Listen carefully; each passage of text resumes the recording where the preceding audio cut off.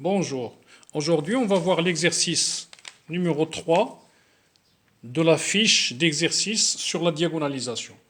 Alors, on nous donne une application qui va de l'ensemble des polynômes de degré au plus 2 vers l'ensemble des polynômes de degré au plus 2. On nous demande de démontrer que f est un endomorphisme, sachant que f de p, l'image d'un polynôme p, c'est 2x plus 1 fois p, moins x au carré moins 1 fois p'. Alors, pour démontrer que c'est un endomorphisme, il suffit de démontrer que f est additive et que f est multiplicative. C'est-à-dire que f de p plus q, c'est f de p plus f de q. Et il faut aussi démontrer que f de lambda fois p, c'est lambda fois f de p. Mais avant de faire ça, il faut aussi démontrer que f est bien défini. C'est-à-dire que si on prend un polynôme p de degré au plus 2, il faut justifier que l'image de p, cette expression-là, est aussi un polynôme au plus de degré au plus égal à 2. Alors pour justifier que f est défini, on va prendre un polynôme p de la forme ax2 plus bx plus c. F de p, ça se calcule, c'est 2x plus 1 fois p moins x au carré moins 1 fois p'. P', bien sûr, c'est la dérivée, donc ça fait 2 fois ax plus b. On remplace dans cette expression-là et on va s'apercevoir que il y aura le monôme de degré 3 ici et le monôme de degré 3 ici vont se simplifier et on va obtenir un polynôme de degré au plus 2. Donc, on pose P, on lui donne la forme générale ax2 plus bx plus c, on le remplace ici, on remplace P par ax2 plus bx plus c, on remplace P' par sa dérivée qui est 2 fois a fois x plus b. Toute cette expression-là, on va s'apercevoir que le monôme de degré 3 va se simplifier, il ne reste que des expressions, que des monômes de degré au plus 2. Donc l'image f de p est bien un polynôme qui ne contient pas de monôme x3. Donc il est de degré au plus 2. Donc là, on a justifié que f est bien défini. Maintenant, on doit aussi démontrer que f de p plus q égale f de p plus f de q.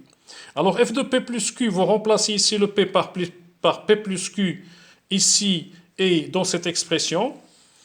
Bien sûr, p plus q', ça fait p' plus q'. Vous séparez les expressions, vous faites apparaître f de p, vous faites apparaître f de q, et on va se rendre compte que les deux expressions à gauche et à droite sont les mêmes. C'est pas compliqué. Alors f de lambda p, ça revient, on calcule f de lambda p, donc on va remplacer p par lambda fois p. Donc p' deviendra lambda fois p'. On factorise par lambda et on va trouver que f de lambda p, c'est égal à lambda fois f de p. Donc ça, c'était la première question. La deuxième question, c'est donner la matrice. La deuxième question, c'est donner la matrice de l'endomorphisme f dont la base canonique classique 1x au carré, qui est la base des polynômes, qui est une base des polynômes de degré au plus 2. Alors la matrice d'un endomorphisme dans le cas général, on calcule les images des éléments de la base et on les place sur une matrice verticalement. Dans ce cas-là, on va calculer l'image de 1 par f, l'image de x, l'image de x2, et on va les placer verticalement et ça nous donnera la matrice recherchée. Alors l'image de 1, vous remplacez dans l'expression de la page précédente, vous remplacez p par 1, donc p' c'est 0, donc vous aurez f de 1 c'est 2x plus 1, on va l'ordonner selon l'ordre des éléments de cette base-là, donc ça fait 1 fois 1 plus 2 fois x plus 0 fois x2. Donc la première image du premier élément est déjà trouvée, c'est 1, 2, 0, il suffit de le placer verticalement dans la première colonne. Pareil, on va calculer l'image de x. L'image de x, comme la dérivée du polynôme p de x égale x, c'est 1, donc c'est 2x plus 1 fois x moins x2 moins 1. Bon, tout compte fait, si on l'ordonne, on obtient 1 fois 1 plus 1 fois x plus 1 fois x2. Là aussi, on le place dans la deuxième colonne. Ça nous donnera la deuxième partie de la matrice. Et enfin, on va calculer f de x2 qui est égal à 2x plus 1 fois x2 moins x2 moins 1 fois la dérivée de x2 qui est 2x. Toute simplification faite, on arrive à cette expression-là, x2 plus 2x. Bien sûr, on va l'ordonner. C'est comme si on avait 0 fois 1 plus 2 fois x plus x2. Très bien. Et on les place dans une matrice colonne par colonne. F de 1, c'est 1 plus 2x plus 0 fois x2. Donc on place les coefficients 1, 2, 0 dans la première colonne. F de x, c'est 1 plus x2. On place les coefficients 1, 1, 1 dans la deuxième colonne. Et enfin, f de x2, c'est 0 fois 1 plus 2 fois x plus 1 fois x2. Vous les placez, ça fait 0, 2. Et voilà la matrice est ainsi obtenue. Troisième question, on nous demande, puisqu'on est dans le chapitre sur la diagonalisation, donc on nous demande de calculer les valeurs propres de f. Alors les valeurs propres de f, comme vous le savez, on va calculer le déterminant de la matrice A. D'abord les valeurs propres de l'endomorphisme f, c'est la même chose que les valeurs propres de la matrice qui représente f, quelle que soit la base.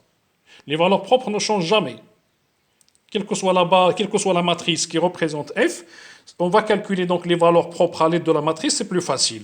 Et la technique, c'est le polynôme C, on calcule le déterminant de la matrice A, qu'on a déjà obtenu, moins la variable grand X fois l'identité. Autrement dit, on prend la matrice précédente, on lui retranche dans la diagonale.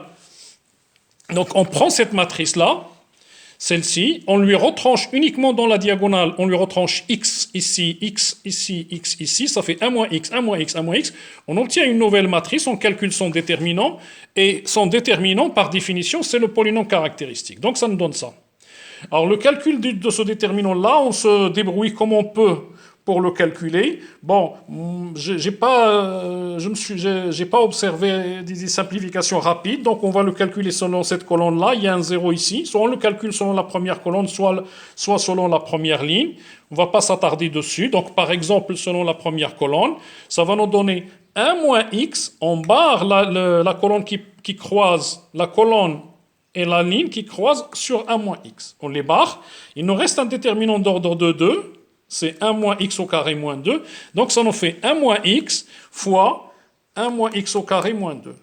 Ensuite, on passe, parce qu'on calcule selon la deuxième colonne, on passe au deuxième terme, c'est 2, mais n'oubliez pas qu'il y a un signe. Donc on va mettre moins 2 fois, on barre la colonne qui passe par 2 et la ligne qui passe par 2. Il nous reste le déterminant 1, 0, 1, 1 moins x, qui est égal, comme il y a un 0 ici, ça fait simplement 1 moins x. Donc tout compte fait, ça fait cette expression-là polynomiale, 1 moins x fois 1 moins x au carré moins 2 fois 1 moins x. Et on trouve que c'est 1 moins x fois x au carré moins 2x moins 1. Calcul algébrique élémentaire.